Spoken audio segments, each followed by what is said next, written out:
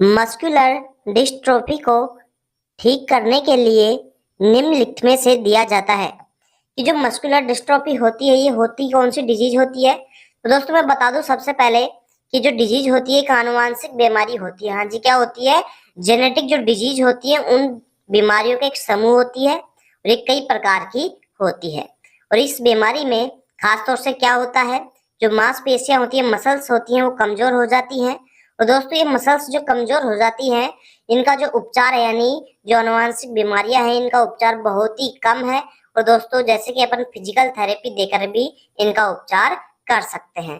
ठीक है, तो मस्कुलर डिस्ट्रॉफी को ठीक करने के लिए निम्नलिखित में से क्या दिया जाता है? विटामिन ई, सेलेनियम, दोनों या उपरोक्त सभी। तो दोस्तों विटामिन ई और सेलेनियम ये दोनों ही दिया जाता है मस्कुलर डिस्ट्रॉफी को ठीक करने के लिए। किस प्रकार की डिजीज होगी? जेनेटिक डिजीज होती है, आनुवांशिक बीमारियों का एक समूह होती है जिसके अंदर क्या हो जाती है, जो मसल्स होती है वो कमजोर होने लग जाती है। ठीक है दोस्तों, इसके बाद में नेक्स्ट क्वेश्चन आता है अपना कि बबेसियोसिस को अन्य किस नाम से जाना जाता है? Piroplasmosis, red water disease, tick fever या उपरोक्त सभी। तो दोस्तों जो बबेसियोसिस होती है इसे पीरोप्लाज्मोसिस, रेड वाटर डिजीज और टिक फीवर, इन तीनों के तीनों नाम से दोस्तों जाना जाता है। तो राइट आंसर हो जाएगा अपना उपरोक्त सभी। तो दोस्तों ये जो बबेसियोसिस है एक प्रकार का परजीवी संक्रमण होता है। परजीवी संक्रमण होता है जो प्रोटोजोआ के कारण फैलता है। किसके कारण से फैलता है? प्रोटोजोआ। और उस प्रोटोजोआ का क्या नाम है? बबेसियो एक प्रोटोजोआ होता है जिसके कारण से ये बबेसियोसिस नामक डिजीज होती है। और दोस्तों ये जो बीमारी होती है किसके द्वारा फैलती है? टिक के कारण, इसीलिए इसे टिक फीवर भी बोला जाता है, रेड वाटर भी बोला जाता है और पेरिप्लाज्मोसिस भी बोला जाता है।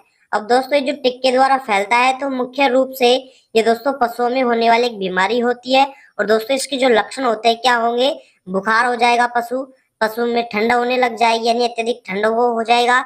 और दोस्तों जो मसल्स होती है उनमें पेन हो जाता है, यानी मांसपेशियों में दर्द भी होने लग जाता है बबेसियस नामक डिजीज के दौरान। ठीक है, इसके बाद में अपन बात करेंगे केनाइन डिस्टेंबर की विशेषता तापमान में किस प्रकार की वृद्धि से होती है। दोस्तों सबसे पहले तो बात करते हैं जो केनाइन डिस्टेंबर होती है एक वायरल बीमारी होती है जो किसके कारण से होती है? केनाइन डिस्टेंबर वायरस के कारण से दोस्तों ये फैलती है। और कौन कौन से दोस्तों श्वसन तंत्रों को यानी सिस्टम्स को दोस्तों ये प्रभावित करती है? श्वसन तंत्र को, पाचन तंत्र को, और जो आपका केंद्रीय तंत्रिका तंत्र होता है सीएनएस जिसे आप बोलते हैं, इसको दोस्तों ये प्रभावित करती है। लक्षणों के बारे में बात करें तो इस केनाइन डिस्टेंबर डिजीज के अंदर बुखार होगा, खांसी होने लग जाएगी और नाक से दोस्तों लगातार पानी आने लग जाता है।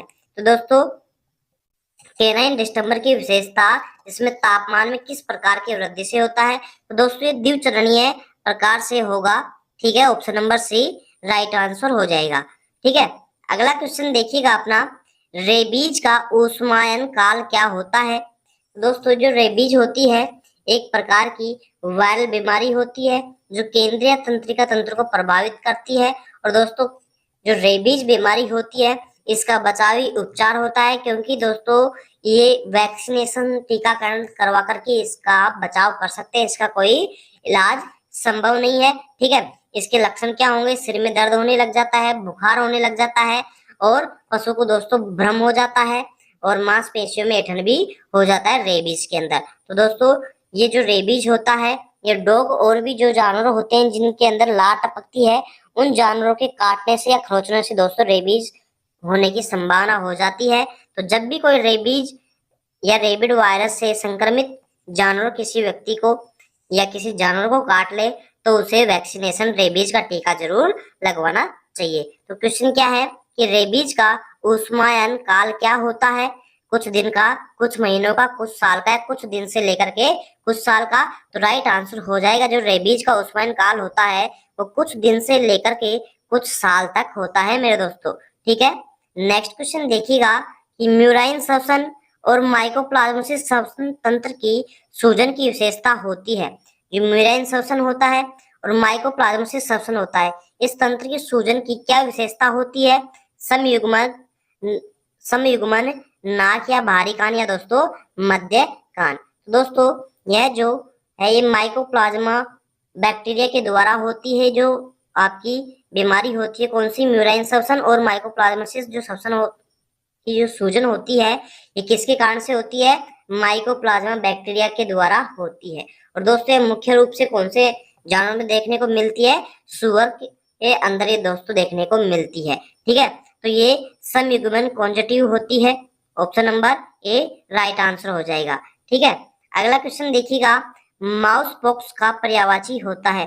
जो माउस पॉक्स होती है दोस्तों एक प्रकार के चूहों के अंदर होने वाली एक बीमारी होती है। और किस प्रकार से होती वो कौन सी बीमारी है, वायरस जनित ये दोस्तों एक बीमारी होती है। और इसका जो परिवार होता है वायरस कौन सा होता है, पॉक्स वायरस फैमिली से दोस्तों ये बीमारी संबंधित रखती है और चूहों में होने वाली एक प्रकार की बीमारी होती है। तो माउस पॉक्स का पर्यायवाची कौन सा हो जाएगा, संक्रामक एक्ट्रोमेलिया। संक्रामक एक्ट्रोमेलिया जो होता है ये माउस पॉक्स की बीमारी का एक प्रकार का पर्यायवाची होता है जो कि चूहों के अंदर फैलती है। किसके कारण से, वायरस जनित। और ये जो वायरस जनित है इसका पॉक्स वायरस परिवार से संबंधित होता है। ठीक है, नेक्स्ट क्वेश्चन देखिएगा दोस्तों, गिनी पिग्स में कीटोसिस का रोग किस जानवर में देखे गए रोग के समान होता है। जो गिनी पिग्स होता है, गिनी पिग्स का मतलब क्या होता है कि छोटे और शाकाहारी सामाजिक जानवर होते हैं। और जो कीटोसिस एक बीमारी होती है जिसके अंदर कीटोन बनने लगते हैं, यानी जो कीटोसिस किस कारण से हो जाती है कि जब शरीर सही रूप से ग्लूकोज की मात्रा का उपयोग नहीं कर पाता है, उस कारण से दोस्तों कीटोसिस डिजीज हो जाती है। ठीक है, अब इसके लक्षण क्या होते हैं, कीटोसिस के कारण भूख में कमी हो जाएगी। और किसके कारण से होती है, डायबिटीज के कारण भी हो सकती है, प्रसव के दौरान भी हो सकती है, या पोषण की कमी के कारण भी दोस्तों कीटोसिस हो जाती है। तो दोस्तों क्वेश्चन को वापस से देखिएगा, गिनी पिग्स में कीटोसिस का रोग किस जानवर में देखे गए ये समान होता है, गाय, भेड़, मादा कुत्ते या दोस्तों खरगोश। तो राइट आंसर हो जाएगा आपका भेड़ के समान। ठीक है, नेक्स्ट क्वेश्चन देखिएगा आपका, अगला क्वेश्चन आता है, जब नाक से फेफड़े की उत्पत्ति का रक्त आता है तो इसे क्या कहा जाता है। जब नाक के द्वारा फेफड़ों की उत्पत्ति के लिए जो रक्त होता है वो नाक से बाहर आने लग जाता है तो उसे क्या बोला जाएगा, हेमेटोटाइसिस बोला जाता है। Option number C. तो देखिएगा दोस्तों इसमें होता क्या है, इसे प्लूटम के नाम से भी जाना जाता है। और जो दोस्तों किसके कारण से आता है, नाक के अंदर अगर चोट लग गई हो, कोई संक्रमण हो गया हो, या नाक के भीतर कोई सूजन हो गई हो, जिसके कारण से दोस्तों नाक से जो फेफड़ों की उत्पत्ति का रक्त होता है ये नाक के द्वारा बाहर आने लग जाता है। अर्थात जब ऐसी स्थिति देखी जाए तो आपको अनुमान लगा लेना चाहिए कि इस पशु के फेफड़ों या श्वसन तंत्र से संबंधित कोई डिजीज उत्पन्न हो गई है जिसके कारण से नाक से रक्त बाहर आ रहा है। ठीक है, इसके बाद में दोस्तों अगला क्वेश्चन देखिएगा, किस प्रकार की पीलिया में समयुग्मित बिलिरुबिन का स्तर बहुत अधिक बढ़ जाता है। कि कौन सा प्रकार का पीलिया होता है जिसके कारण से बिलिरुबिन का स्तर बहुत अधिक बढ़ जाता है। दोस्तों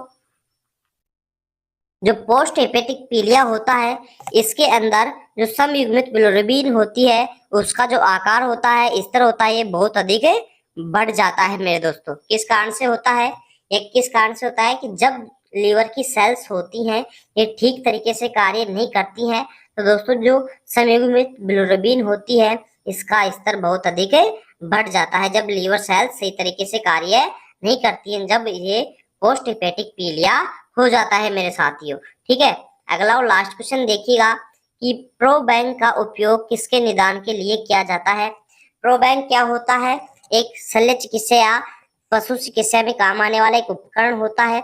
तो दोस्तों किसके दौरान काम में लिया जाता है, ग्रसनी पक्षाघात, ग्रसनी रुकावट, ग्रसनी शोध या पेरिटोनिटिस के दौरान। तो दोस्तों जब ग्रसनी में रुकावट हो जाता है तो प्रोबैंक डाल करके दोस्तों उस रुकावट को हटाया जाता है। तो राइट आंसर हो जाएगा आपका ऑप्शन नंबर बी, ग्रसनी रुकावट के दौरान प्रोबैंक का उपयोग किया जाता है। तो साथियों इसी प्रकार से आप रेगुलर क्लासेस देखने के लिए बने रहे हमारे YouTube channel Shri Shyam classes के साथ में। अभी तक चैनल को दोस्तों सब्सक्राइब नहीं किया है तो दोस्तों सब्सक्राइब करें, बेल आइकन को जरूर प्रेस करें। अपना प्यार और सपोर्ट इसी तरीके से बनाए रखें। थैंक यू दोस्तों, धन्यवाद।